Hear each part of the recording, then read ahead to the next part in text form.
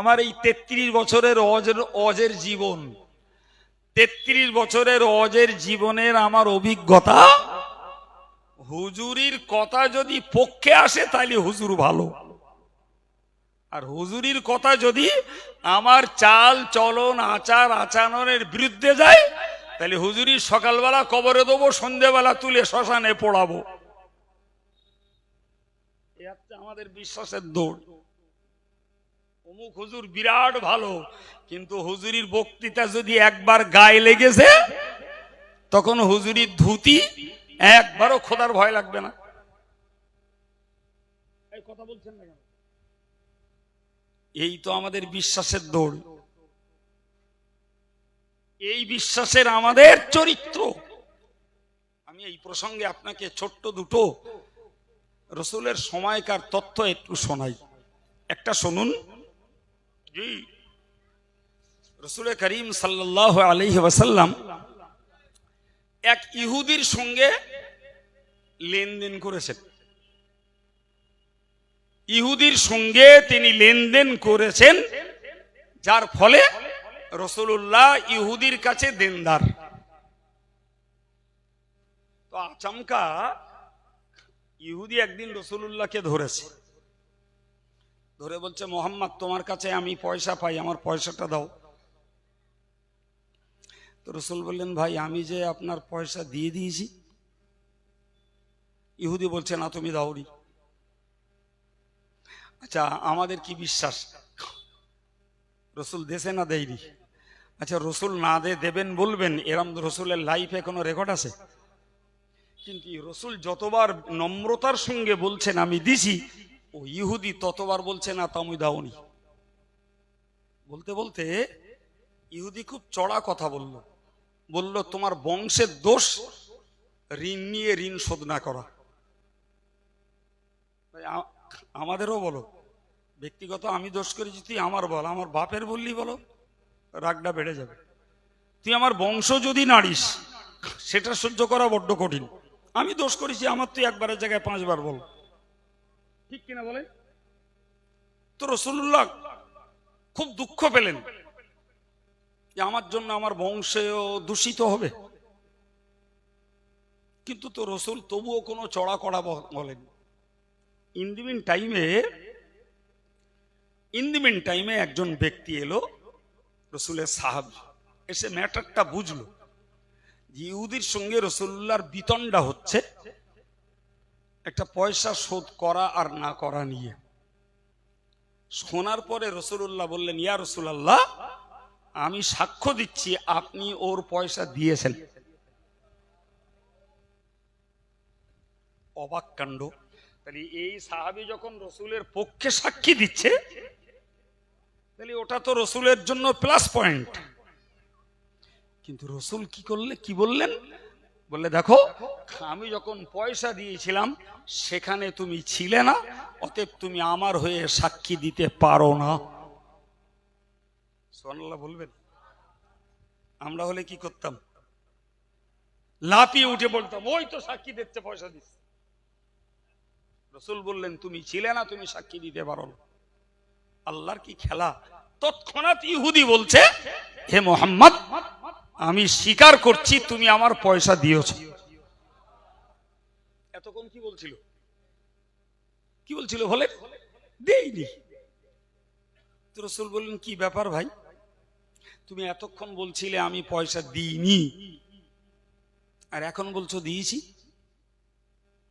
বলো, বিশ্বাস করুন আমি তাওরাত কিতাবে পড়েছি, আখিরি জামানার যিনি পয়গম্বর হবেন তার পক্ষে কেউ যদি অপ্রকৃত সাক্ষী দেয় তো সেই সাক্ষীকেও তিনি গ্রহণ করবেন না। আমি এতক্ষণ ধরে আপনার সঙ্গে বিতর্ক জড়াচ্ছিলাম, শুধু ওয়েট করছিলাম কেউ একজন এসে আপনার হয়ে সাক্ষী দিক যে আপনি আমার পয়সা দিয়েছেন। কিন্তু আমি জানি যখন পয়সা দিয়েছিলেন কেউ ছিল না, ওই সাক্ষীটা আপনি অ্যাকসেপ্ট করেন না রিফিউজ করেন, ওই সাক্ষীটা আপনি গ্রহণ করেন না ত্যাগ করেন, এটাই ছিল আমার পরীক্ষার বিষয়। তো আমি দেখলাম যে আপনার সাহাবী যখন আপনার পক্ষে সাক্ষী দিল, আপনি অকপটে তার সাক্ষীটাকে আপনি ফিরিয়ে দিলেন। তখনই আমি বুঝলাম যে তওরাত কিতাবের বক্তব্য অনুযায়ী আপনি সত্যকারের আখিরি জামানার নবী। এখন সাহাবীর পালা। রাসূল বললেন, হে সাহাবী, সাক্ষী দিতে গেলে সরজমিনে হাজির থাকা লাগে। কি লাগে? তুমি সরজমিনে যদি তুমি ফিজিক্যালি প্রেজেন্ট থাকো, তুমি সরজমিনে যদি নিজে উপস্থিত থাকো, তাহলে একটা সাক্ষী দিতে পারো যে আমি জানি অমুক চুরি করেছে, আমি জানি অমুক মিথ্যা কথা বলেছে, আমি জানি অমুক টাকা মেরেছে। তুমি গয়ডার মোড়ে চার দোকানে কে বললো, আর বিচারের স্থলে যেয়ে বলে দিলে আমি সাক্ষী দিচ্ছি ও টাকা চোর, মরতে হবে না? মরতে হবে না? তুমি কার কাছ থেকে শুনে সাক্ষী দিলে? তুমি ছিলে সেখানে? প্রিয় নবী যখন সাহাবীকে বললেন, হে সাহাবী, আমি যখন ওকে পয়সা শোধ করেছিলাম তুমি ছিলে না, আমার ওই সাক্ষী দিলে কেন? আল্লাহ পাকের নবীর সাহাবী বলেছিলেন, ইয়া রাসূলুল্লাহ, ইয়া হাবিবাল্লাহ, আমরা আল্লাহকে চিনতাম না, আপনি এসে বলেছেন আল্লাহ আছে, আমরা বিশ্বাস করে নিয়েছি।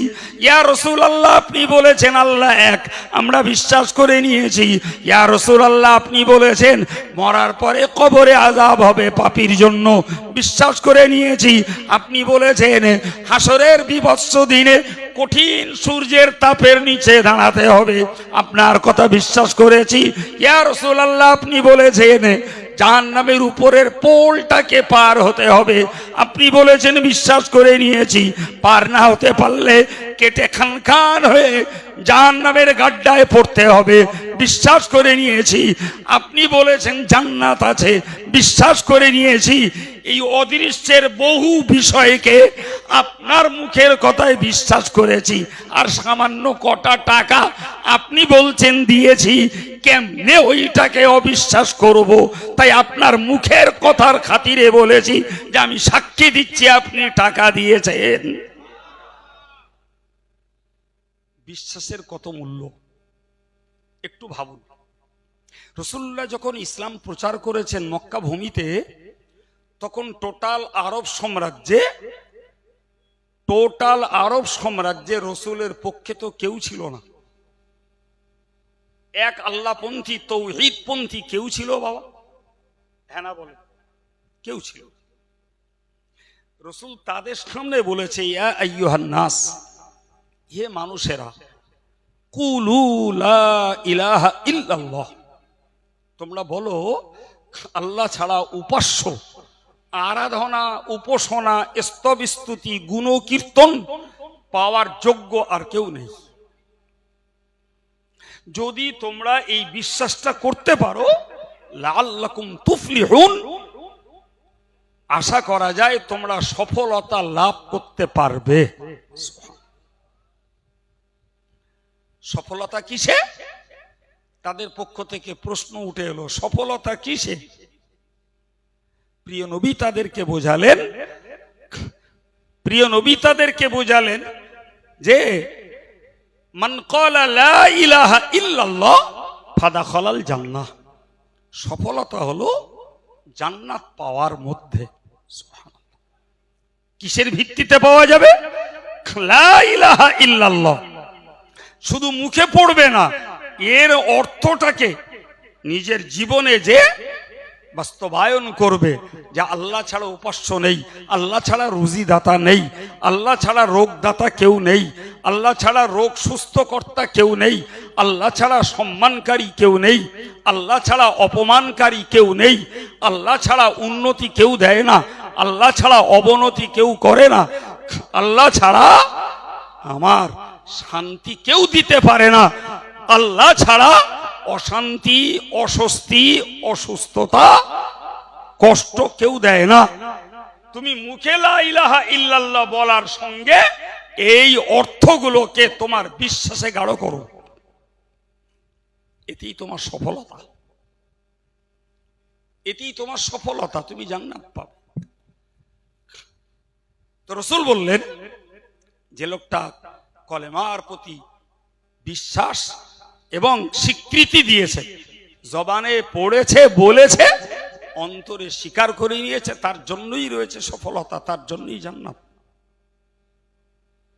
আপনি বলেন, আশ্চর্য ব্যাপার, এই কথাটা ইহুদির ঘরের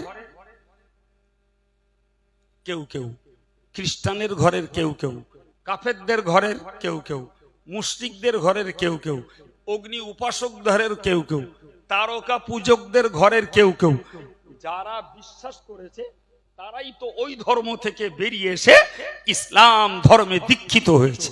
সুবহানাল্লাহ।